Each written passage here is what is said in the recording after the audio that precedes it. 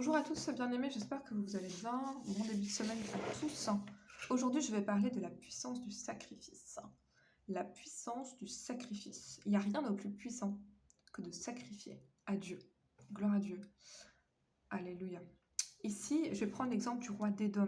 Le dernier verset, le verset 27 de 2 Rois chapitre 3. Le roi d'Édom était pris de tous les côtés et la défaite était certaine, mais il a fait quelque chose qui a tourné en fait la bataille en sa faveur. Il a fait un sacrifice. Il a sacrifié son fils qui devait régner à sa place. C'est assez impressionnant ici. Au verset 26-27, le roi de Moab, voyant qu'il avait le dessous dans le combat, prit avec lui 700 hommes, tirant l'épée pour se frayer un chemin jusqu'au roi d'Édom, mais ils ne purent pas. Alors il prit son fils premier-né, qui devait régner à sa place, et il l'offrit en holocauste sur la muraille. Et une grande indignation s'empara d'Israël, qui s'éloigna du roi de Moab et retourna dans son pays. Donc la bataille a été complètement tournée ici, retournée par ce sacrifice. Et c'est assez horrible, hein.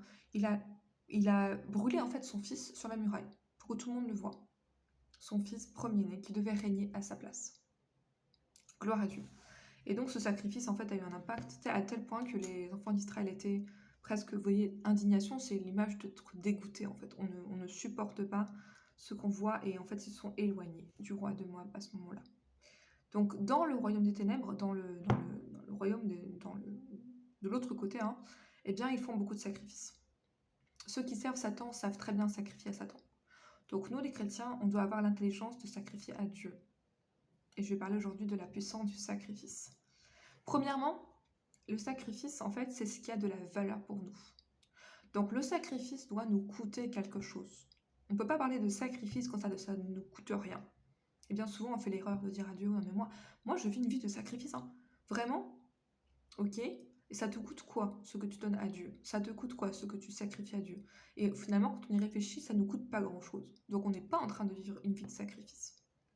Faut pas se mentir à soi-même, faut être sincère envers soi-même et faut se dire, là, je ne vis pas une vie de sacrifice. Et vous savez que le sacrifice, en fait, dans le règne de l'esprit, c'est une monnaie, en fait. Gloire à Dieu, c'est une monnaie. Je sais pas si je peux dire ça comme ça, c'est une monnaie d'échange, de sacrifice, dans le règne de l'esprit. Ça a une puissance extrême. Le sacrifice dans le règne de l'esprit, ça a une réelle puissance. Ça peut changer vraiment des choses dans le règne de l'esprit. 1 Chronique 21, donc premièrement, le sacrifice doit avoir de la valeur pour nous. Donc c'est pas tout ce qu'on peut considérer comme un sacrifice. Il faut que ça ait vraiment de la valeur pour nous. 1 Chronique 21. 1 Chronique 21, verset 24. Je vais prendre l'exemple de David ici. 1 Chronique 21, pardon, verset 24. Rapidement.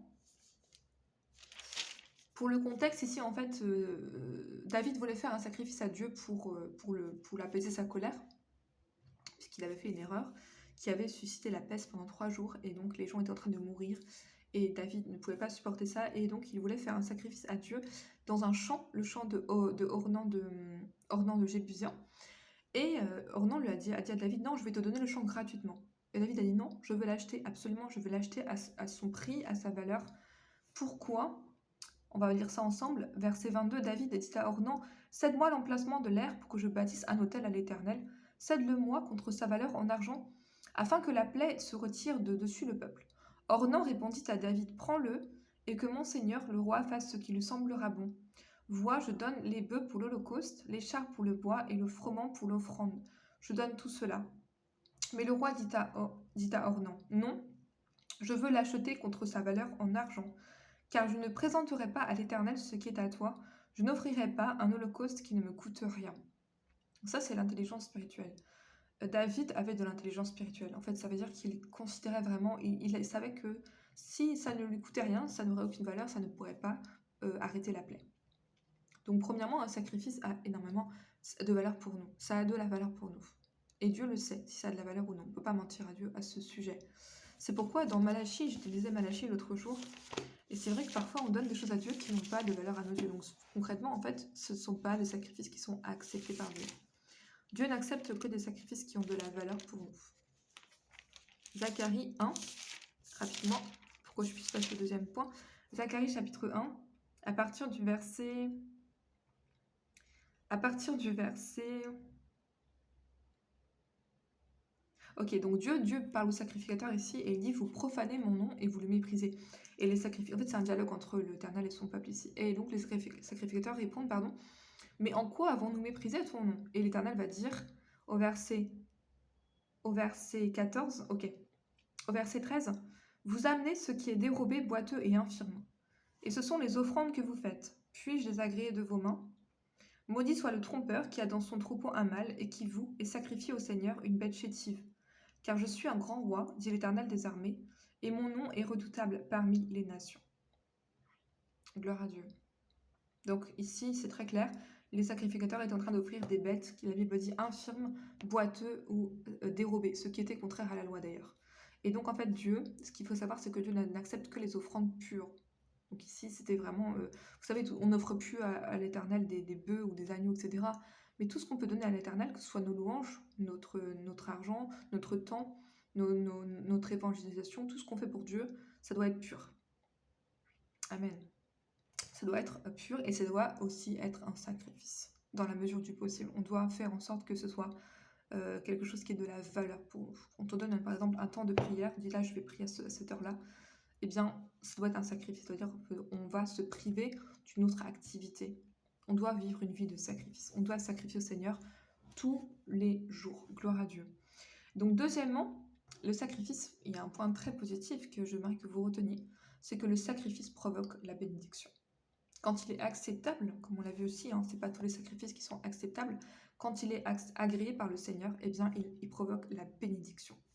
Et la bénédiction, c'est vraiment ce dont on a besoin. Souvent on ne se rend pas compte qu'on n'a pas forcément besoin de l'argent, etc. En fait, l'argent que beaucoup de gens cherchent, etc., est inclus dans la bénédiction. Si Dieu vous bénit, vous allez avoir l'argent. Parce que la bénédiction est un tout. C'est pour ça que je parle de la prospérité en ce moment, pour vous montrer que la prospérité n'est pas seulement l'argent. En fait, la prospérité, c'est un état de bien-être général qui est lié à la bénédiction de Dieu. Genèse 22. 22, rapidement, bon, ça vous connaissez tous. Je vais juste citer quelques versets ici. Le sacrifice d'Isaac, ça, on connaît tout ça si on est chrétien, évidemment. Mais je vais m'intéresser à la bénédiction qui s'ensuit. Alléluia. Donc, on connaissait l'histoire, Abraham a amené son fils, il était disposé à le sacrifier, etc. Dieu a retenu sa main. Je ne vais pas lire ces versets parce que vous les connaissez. Mais ensuite, il dit, verset 15, « L'ange de l'Éternel appela une seconde fois Abraham des cieux et dit, « Je le jure par moi-même, parole de l'Éternel, parce que tu as fait cela et que tu n'as pas refusé ton fils unique, je te bénirai et je multiplierai ta postérité comme les étoiles du ciel et comme le sable qui est au bord de la mer, et ta postérité possédera la porte de ses ennemis. Toutes les nations de la terre voudront être bénies en ta postérité, parce que tu as obéi à ma voix. » Et regardez ce que Dieu dit ici. Il dit « Je jure par moi-même ». Quand Dieu jure par lui-même, c'est que vraiment la chose est certaine. Et donc Abraham a été béni. Abraham a été béni.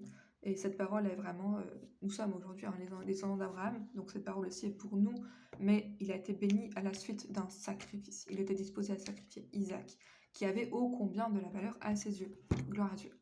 Et je vais terminer en lisant le psaume 126 aujourd'hui. À cause du temps, je ne pourrai pas faire mon troisième point.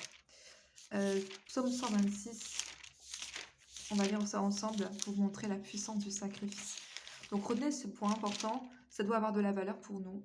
Et deuxièmement, eh bien, ça provoque la bénédiction. Et ça, c'est certain. Ça, c'est certain. Ça, c'est une loi. Donc, si vous voulez tester Dieu à ce sujet, faites-le. Vous allez être bénis. Vous ne serez jamais déçus quand vous sacrifiez à Dieu correctement. Gloire à Dieu. Psaume 126. Quand l'Éternel ramena les captifs de Sion, nous étions comme ceux qui font un rêve. Alors notre bouche était remplie de cris de joie et notre langue de chants d'allégresse. Alors on disait parmi les nations, l'Éternel a fait pour eux de grandes choses. L'Éternel a fait pour nous de grandes choses, nous sommes dans la joie. Et ensuite il dit, Éternel ramène nos captifs. Ceux qui sèment avec larmes moissonneront avec chant d'allégresse. Celui qui marche en pleurant quand il porte la semence revient avec allégresse quand il porte ses germes. Vous voyez ici, il marche en pleurant, donc le sacrifice lui a coûté beaucoup, il a sacrifié ce qui avait de la valeur pour lui, mais il revient en portant la semence, ça veut dire qu'il revient avec joie, parce qu'il est béni. Gloire à Dieu.